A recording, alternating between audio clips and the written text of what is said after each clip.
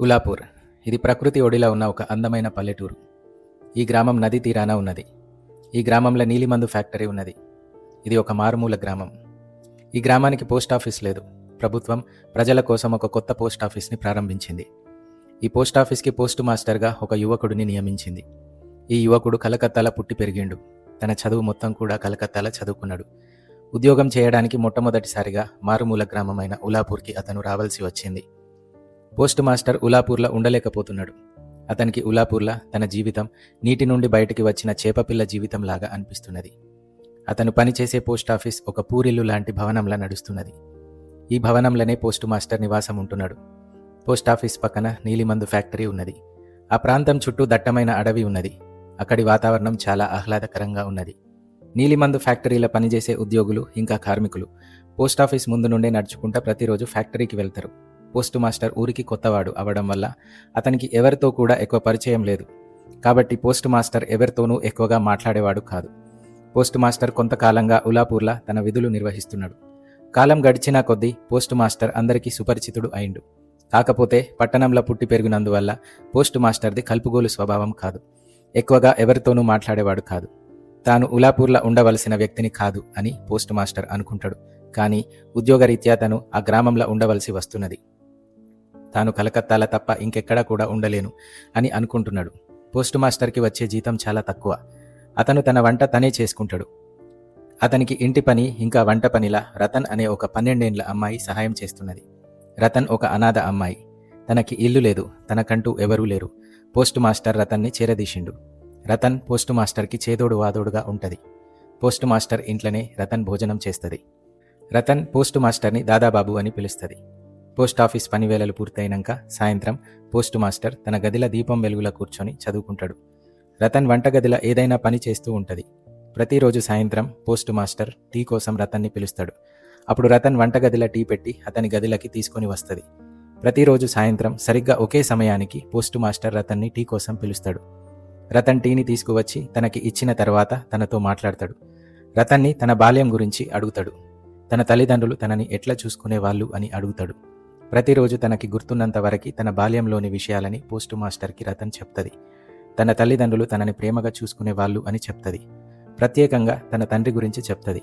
తన తండ్రి రోజంతా కష్టపడి పనిచేసి ఇంటికి వచ్చిన తర్వాత తనని చాలా ప్రేమ చేసేవాడని, గారాబం చేసేవాడని చెప్తుంది. రతన్ ఇంకా తన తమ్ముడు ఇద్దరు కలిసి వర్షాకాలంలో విరిగిన చెట్టు కొమ్మలతోని నదిల చేపలు పట్టేవాళ్ళు అని పోస్టు మాస్టర్కి చెప్తుంది. ప్రతిరోజు తన మనసులో నాటుకున్న చిన్ననాటి జ్ఞాపకాలన్నిటినీ రతన్ పోస్టు మాస్టర్తోని పంచుకుంటుంది.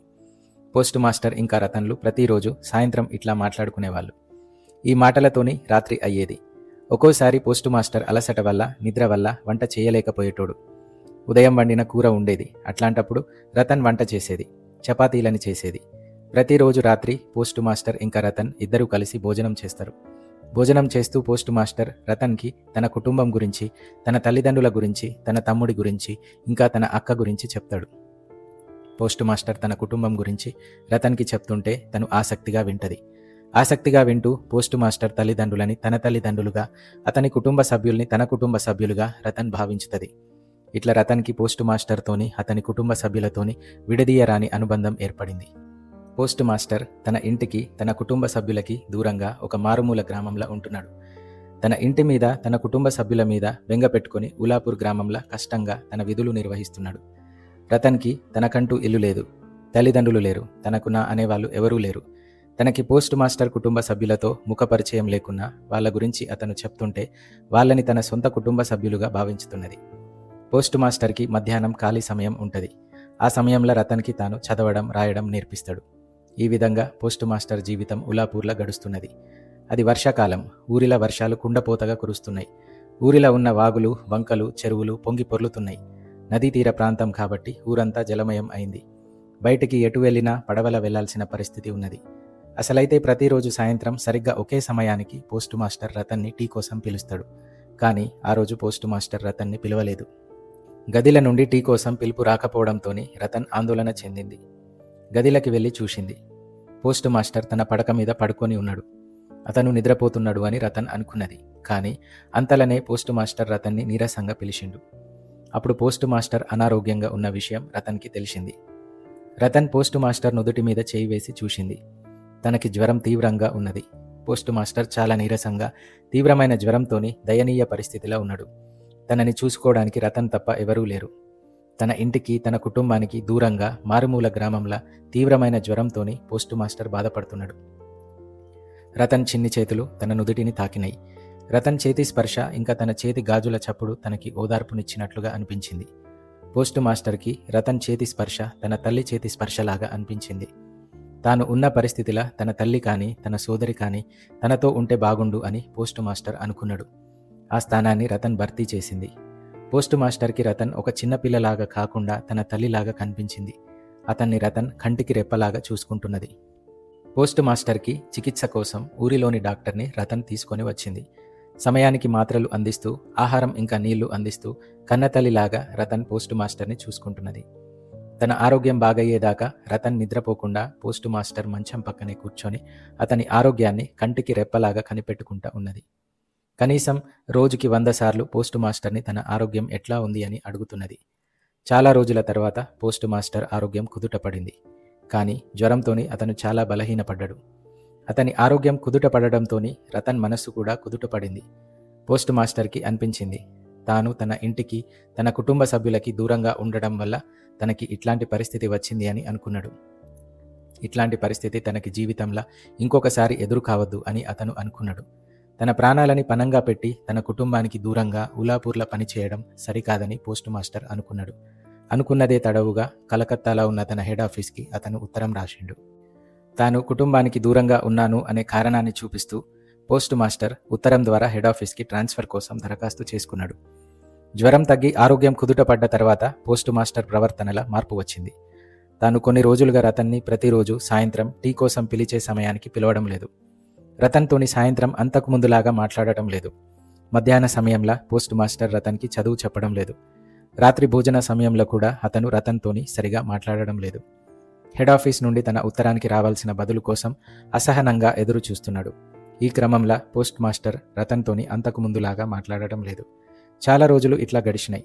కానీ ఒకరోజు సాయంత్రం టీ కోసం పిలిచే సమయానికి రతన్ని పిలిచిండు. అప్పుడు వెంటనే రతన్ పోస్ట్ మాస్టర్ గదిలోకి వెళ్ళింది. రతన్, నేను రేపు వెళ్ళిపోతున్నాను అని పోస్ట్ మాస్టర్ అన్నాడు. ఎక్కడికి దాదాబాబు అని రతన్ అన్నది. ఇంటికి వెళ్తున్నాను అని అతను అన్నాడు. మళ్ళా ఎప్పుడు వస్తారు అని రతన్ అడిగింది. మళ్ళీ ఉలాపూర్కి ఇంకెప్పుడు కూడా రాను అని పోస్ట్ మాస్టర్ అన్నాడు.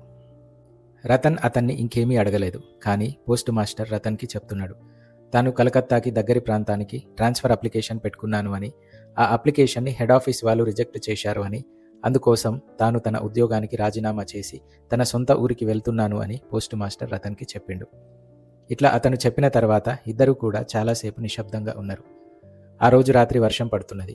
రతన్ వంటగదిలోకి పోయి భోజనం కోసం చపాతీలను తయారు చేయడం మొదలుపెట్టింది. ఆ రోజు రతన్ ఉదాసీనంగా, పరధ్యానంగా చపాతీలను చేసింది. ఆ రోజు భోజనం చేసేటప్పుడు రతన్ పోస్ట్ మాస్టర్తోని, దాదాబాబు, నన్ను మీతో పాటు మీ ఇంటికి తీసుకెళ్తారా అని అడిగింది. దానికి అతను చిరునవ్వుతో, నేను నిన్ను తీసుకెళ్లలేను అని అన్నాడు. దానికి కారణం రతన్ అడగలేదు. పోస్ట్ మాస్టర్ చెప్పలేదు. ఆ రోజు రాత్రి రతన్ చాలా బాధతో ఉన్నది. పోస్ట్ మాస్టర్ తనతో పాటు తనని తీసుకెళ్లలేను అన్న మాటని రతన్ జీర్ణించుకోలేకపోతున్నది. పోస్ట్ మాస్టర్ మరుసటి రోజు కలకత్తాకి వెళ్తున్నాడు. కాబట్టి ఏ సమయంలో తను బయలుదేరుతాడో తెలియదు. కాబట్టి ఉదయం తన స్నానానికి కావలసిన నీళ్ళని నదికి వెళ్ళి ఒక బకెట్ల రతన్ తీసుకొని వచ్చింది. తర్వాత నిద్రపోయింది. ఉదయం పోస్ట్ మాస్టర్ స్నానం చేసిన తర్వాత రతన్ని పిలిచిండు. రతన్తో తన స్థానంలో కొత్త పోస్ట్ మాస్టర్ వస్తున్నాడని చెప్పిండు. అతను నిన్ను బాగా చూసుకుంటాడు, నేను అతనికి చెప్తాను, నువ్వు బాధపడొద్దు అని పోస్ట్ మాస్టర్ రతన్కి చెప్పిండు. అది విని రతన్ చాలా బాధపడింది. ఆ మాటల్ని రతన్ తట్టుకోలేకపోయింది. తాను ఏడవడం ప్రారంభించింది. నన్ను బాగా చూసుకోమని మీరు ఎవరికీ కూడా చెప్పొద్దు అని రతన్ ఏడుస్తూ అన్నది. దాదాబాబు, మీరు వెళ్ళిపోయిన తర్వాత నేను కూడా ఇక్కడ ఉండను అని రతన్ చాలా ఆవేశంతో, భావోద్వేగంతో అన్నది. రతన్ ఎప్పుడూ కూడా అట్లా భావోద్వేగానికి గురి కాలేదు. ఆ రోజు కొత్త పోస్ట్ మాస్టర్ ఉలాపూర్ పోస్ట్ ఆఫీస్ బాధ్యతలు తీసుకోవడానికి వచ్చిండు. పోస్ట్ మాస్టర్ కొత్తగా వచ్చిన పోస్ట్ మాస్టర్కి తన బాధ్యతలను అప్పజెప్పి తన ఉద్యోగానికి రాజీనామా చేసి కలకత్తాకి వెళ్తున్నాడు. పోస్ట్ మాస్టర్ కలకత్తాకి బయలుదేరే ముందు రతన్తోని మాట్లాడిండు. రతన్, నీకు నేను ఎప్పుడూ కూడా ఏమీ ఇవ్వలేదు. నువ్వు నాకు చాలా సహాయం చేసినావు అని తనకి ఆ నెల వచ్చిన జీతం డబ్బులో తన ప్రయాణ ఖర్చులకు డబ్బు మిగుల్చుకొని మిగతా డబ్బు మొత్తాన్ని రతన్కి ఇచ్చిండు. దానికి రతన్ ఏడ్చి, దాదాబాబు, నాకు మీరు డబ్బు ఇవ్వద్దు అని ప్రాధేయపడ్డది. రతన్ ఏడుస్తూ అక్కడి నుండి పరిగెత్తుతూ వెళ్ళిపోయింది. పోస్టు మాస్టర్ బాధతో నిట్టూర్పుతో తన సంచిని భుజానికి వేసుకొని గొడుగుని పట్టుకొని పడవ వైపు నడుస్తూ వెళ్ళిండు.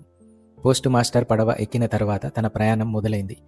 రతన్ గురించి ఆలోచిస్తూ తన మనసు బరువెక్కింది. బాధతో ఏడుస్తూ వెళ్ళిపోయిన రతన్ని తలుచుకొని తన మనసు బరువెక్కింది. బాధతో పోస్టు మాస్టర్ తన ప్రయాణాన్ని కొనసాగించిండు. రతన్ని తనతో పాటు తీసుకువస్తే బాగుండేది అని పోస్టు మాస్టర్ ఒక్క క్షణం అనుకున్నాడు. ఆలోచిస్తుండగానే పడవ ఉలాపూర్ దాటింది. జీవితంలో ఏ బంధము కూడా శాశ్వతం కాదు అని పోస్టు మాస్టర్ మనసులా అనుకుంటున్నాడు. రతన్ చిన్నపిల్ల, తనకి చాలా భవిష్యత్తు ఉంది. తాను ఉలాపూర్లో శాశ్వతంగా ఉండటానికి రాలేదు అని పోస్టు మాస్టర్ అనుకుంటున్నాడు. తాను ఎప్పుడైనా ఉలాపూర్ని వదిలి వేరే ఊరికి వెళ్లాల్సిందే అని పోస్టు మాస్టర్ తనని తాను సముదాయించుకున్నాడు. కలకత్తా వైపు తన ప్రయాణాన్ని కొనసాగించిండు.